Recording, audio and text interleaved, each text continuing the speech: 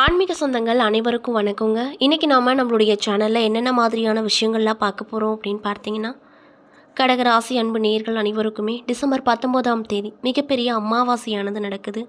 இந்த அமாவாசைக்கு பிறகு நீங்கள் என்ன மாதிரியான விஷயத்தெல்லாம் பார்க்க போகிறீங்க, என்ன விஷயத்தில் கவனமாக இருக்கணும், என்னென்ன விஷயங்கள்லாம் பரிகாரங்கள் மாதிரி பண்ணணும், ஆக மொத்தத்தில் கிரகங்களுடைய மாற்றத்தால் நீங்கள் பெறக்கூடிய நன்மைகள் என்ன, தீமைகள் என்ன அப்படிங்கிறத பற்றி தான் நான் இன்றைக்கி இந்த பதிவின் மூலியமாக தெளிவாக உங்ககிட்ட ஷேர் பண்ணிக்க போகிறேன்.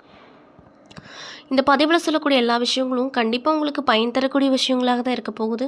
ஸோ வீடியோவை ஸ்கிப் பண்ணாமல் தொடர்ச்சியாக பாருங்கள். அது மட்டும் இல்லாமல் உங்களுடைய ராசி அதிபதியாக இருக்கக்கூடிய சந்திர பகவானை உங்களுக்கு ரொம்ப ரொம்ப பிடிக்கும்னா இந்த வீடியோக்கு ஒரு லைக் பண்ணிவிட்டு நம்மளுடைய கமெண்ட் பாக்ஸில் சந்திர பகவானுக்கு போற்றி அப்படின்னு சொல்லி மறக்காமல் பதிவிடுங்க. இந்த சமயத்தில் ராசி அதிபதியை நினச்சி நீங்கள் இப்படி ஒரு விஷயம் பண்ணும்போது கண்டிப்பாக நீங்கள் என்ன விஷயம்லாம் நடக்கணும்னு சொல்லி மனதார நினைக்கிறீங்களோ அந்த விஷயங்கள் அனைத்தையுமே அவர் நிச்சயமாக நடத்தி கொடுப்பாரு. ஸோ நம்பிக்கையோடு இந்த ஒரு விஷயத்தை பண்ணி பாருங்கள். மேலும் நீங்கள் இப்போ தான் நம்மளுடைய முருகன் ஆஸ்ட்ரோ சேனலை பார்க்குற மாதிரி இருந்தால் மறக்காமல் சப்ஸ்கிரைப் பண்ணிவிட்டு கீழே இருக்கும் பெல் ஐக்கானையும் மறக்காமல் கிளிக் பண்ணுங்கள். அப்போ தான் நம்ம சேனலில் போடுற எல்லா வீடியோவுமே நோட்டிஃபிகேஷனாக உங்கள்கிட்ட உடனுக்குடனே வந்து சேரும். ஸோ இப்போ வாங்க நம்ம வீடியோக்குள்ளே போய் பார்க்கலாம். முதல்ல கடகராசிக்காரங்களுடைய பண்புகள் எப்படி இருக்கும் அப்படின்றத பார்க்கலாம். நண்டு போன்ற அமைப்பில் முத்து சிதறல்களாக ஒளிரும் நட்சத்திர கூட்டமைப்பு தான் கடகராசி. 12 ராசிகளில் அதிக அளவு ஈர்க்கக்கூடிய சக்தி பெற்றிருக்கக்கூடிய ராசி கடகராசி. மேலும் இந்த ராசியில் பிறந்தவங்க எடுத்த வேலையை முடிக்காமல் விட மாட்டாங்க. அது மட்டும் இல்லாமல் அதிகாரத்தையும் ஆளுமையும் நிலை நிறுத்தி வைப்பாங்க. இந்த ராசியில் பிறந்தவங்க அன்பான பேச்சால் நிர்வாக திறமையாலையும் அனைவரையும் முழுக்க கட்டுப்பாட்டில் வைத்திருப்பாங்க. அது மட்டும் இல்லாமல் மேலான அதிகாரத்தில் இருப்பவர்களையும் வலுவிளக்க செய்யக்கூடிய சக்தி அப்படிங்கிறது இவங்கக்கிட்ட இருக்கும். உங்கள் ராசிநாதன் சந்திரன் அப்படின்றனால ஒருவரின் மனதில் சந்திரன் தான் நிர்ணயிக்கிறது என்று ஜோதிட சாஸ்திரத்தில் சொல்லப்படுது. நீங்கள் வெகு விரைவில் மற்றவர் மனதில் சீக்கிரமாகவே இடம் பிடிச்சிருவீங்க. மேலும் உங்கள் ராசிக்கு 4வது வீட்டுக்கு அதிபதியான சுக்கிரன் கட்டடக்காரராக இருப்பதால் அதிநவீனமாக வீடு கட்ட விரும்புவீங்க. 6வது இடம் நோய் கடன் எதிரி ஸ்தானத்திற்கு உரியவர் குரு அப்படிங்கிறதுனால பொது காரியங்களுக்கு ஏழை எளியோருக்கு உதவுவது உங்களுக்கு நன்மையை கொடுக்கும். இதுவே உங்களுக்கு பரிகாரமாகவும் மாறும், யோகத்தையும் அள்ளி கொடுக்கும்.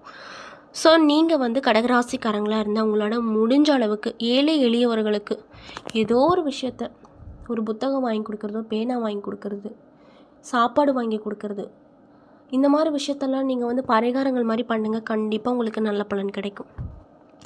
அசையா சொத்துக்களை பொறுத்த வரையிலுமே மனைவி அல்லது பிள்ளைகள் பெயரில் இருப்பது தான் நல்லது. உங்களுடைய வாழ்க்கை துணை பற்றி குறிப்பிடும் 7வது இடத்தின் அதிபதியாக சனி வருவதால் திருமண வாழ்க்கை உங்களுக்கு சுவாரஸ்யமாக இருக்கும். உங்களுடைய 8வது இடமான ஆயுள் ஸ்தானத்திற்கு சனியே அதிபதி ஆவதால் தீர்க்க ஆயுள் உங்களுக்கு இருக்குது. 10வது இடத்திற்கு உரிய ஜீவனஸ்தானத்திற்கு அதிபதியாக மேச ராசி செவ்வாய் வராரு. மேலும் உங்களுக்கு பிரபல யோகாதிபதியாகவும் செவ்வாய் இருக்கிறாரு. இதனால் உங்களுக்கு என்ன மாதிரியான விஷயம் நடக்குன்னு பார்த்தீங்கன்னா, பெரிய பதவியிலும் வியாபாரத்திலும் நிறைய விதமான விஷயங்களை சாதிப்பீங்க. காவல்துறை, இராணுவம், கப்பல் தொழில்நுட்பம் போன்ற துறைகளில் ஈடுபடுவீங்க. 11வது இடமான மூத்த சகோதர ஸ்தானத்திற்கு சுக்கிரன் வருவதால் உங்களால் மூத்த சகோதர சகோதரிகள் பலன் பெறுவாங்களே தவிர அவங்களால உங்களுக்கு எந்த ஒரு பலனும் இருக்காது. சந்திரனின் ஆதிக்கத்தால் கடகராசி வருது. பொதுவாகவே சந்திரன் ஆளுமையில் உள்ளவர்கள் அம்மாள் வழிபாடு செய்வது நல்லது. அந்த வகையில் நீங்கள் லலிதா பரமேஸ்வரியை வழிபட்டு வர உங்களுக்கு நிறைய விதமான பலன்கள் கிடைக்கும் அப்படின்னு சொல்கிறாங்க. நீங்கள் அதாவது கடகராசிக்காரங்க இந்த பதிவு பார்க்குறீங்கன்னா கண்டிப்பாக இந்த அம்மனை வழிபட்டு வாங்க. நல்ல பலன் உங்களுக்கு சீக்கிரமாகவே கிடைக்கும். இப்படிப்பட்ட அன்பு நேயர்களுக்கு இந்த அமாவாசைக்கு பிறகு என்னென்ன விதமான நிகழ்வுகள் நடக்க போகுது, என்ன விஷயத்தில் கவனமாக இருக்கணும், என்னென்ன விஷயங்களில் பரிகாரமாக பண்ணணும் அப்படிங்கிறத பற்றி தான் நான் இந்த பதிவில் உங்கள்கிட்ட ஷேர் பண்ணிக்க போகிறேன். இந்த பதிவில் சொல்லக்கூடிய எல்லா விஷயங்களும் கடகராசிக்காரங்களுக்கு ரொம்பவே பயன் தரக்கூடிய விஷயமாக தான் இருக்க போகுது. ஸோ வீடியோவை ஸ்கிப் பண்ணாமல் தொடர்ச்சியாக பாருங்கள். அது மட்டும் இல்லாமல் இந்த பதிவை கடகராசிக்காரங்க பார்த்துட்ருக்கீங்க அப்படின்னா, நான் சொன்ன விஷயம்லாம் கரெக்டாக இருந்துச்சுன்னா நம்மளுடைய கமெண்ட் பாக்ஸில் கரெக்டுன்னு சொல்லி மறக்காமல் பதிவிடுங்க. ஸோ இப்போ வாங்க நம்ம போகலாம் வீடியோக்குள்ளே. கடகத்தில் புனர்பூசம் 4ஆம் பாதம், பூசம், ஆயிலம் அப்படின்னு சொல்லிட்டு நட்சத்திரங்கள் இருக்குது. கிரகநிலையை ஆராய்ந்து பார்க்கும்போது ராசியில் குரு, தனவாக்கு குடும்பஸ்தானத்தில் கேது. சுகஸ்தானத்தில் புதன், பஞ்சமஸ்தானத்தில் சூரியன், செவ்வாய், சுக்கிரன், அஷ்டமஸ்தானத்தில் சனி, ராகு, பாக்கியஸ்தானத்தில் சந்திரன் என கிரக நிலைகள் இருக்குது. இதனால் உங்களுக்கு இந்த அமாவாசைக்கு பிறகு என்ன விதமான விஷயம் நடக்கும் அப்படின்னு பார்த்தீங்கன்னா, வாக்கு திறமையால் எளிதில் கோபம் அடையாத குணம் கொண்ட கடகராசிக்காரங்களுக்கு இந்த காலகட்டத்தில் காரியங்கள் எல்லாத்துலேயுமே வெற்றி கிடைக்க போகுது. அதில் எந்த ஒரு மாற்று கருத்தும் இல்லை அப்படின்னு சொல்லப்படுது. எடுத்த காரியத்தை திறமையாக செஞ்சு முடிக்க தேவையான எல்லா உதவியுமே உங்களுக்கு கிடைக்கும். சுய நம்பிக்கை அப்படிங்கிறது அதிகரிக்கும். புத்தி தெளிவு உண்டாகும். எந்த பிரச்சனையும் எதிர்கொள்ளக்கூடிய தைரியம் உண்டாகும்.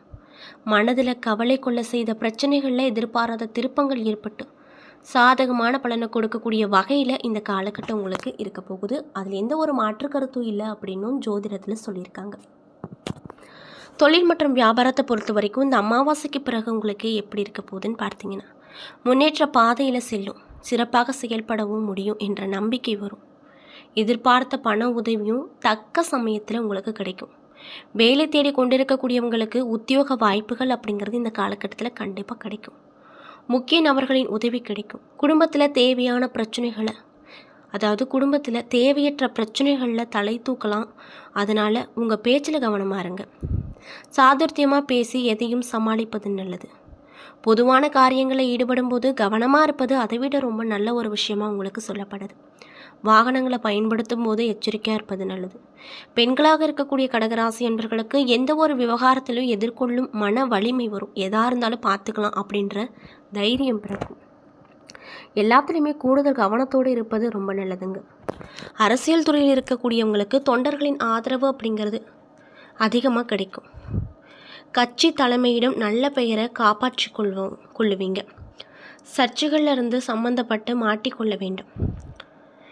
கலைத்துறையில் இருக்கக்கூடிய கடகராசிக்காரங்களுக்கு இந்த காலகட்டம் எப்படி அமைஞ்சிருக்கு அப்படின்னு பார்த்தீங்கன்னா, கடினமாக உழைத்தால் தான் துறையில் வெற்றி வாகை சூட முடியும்.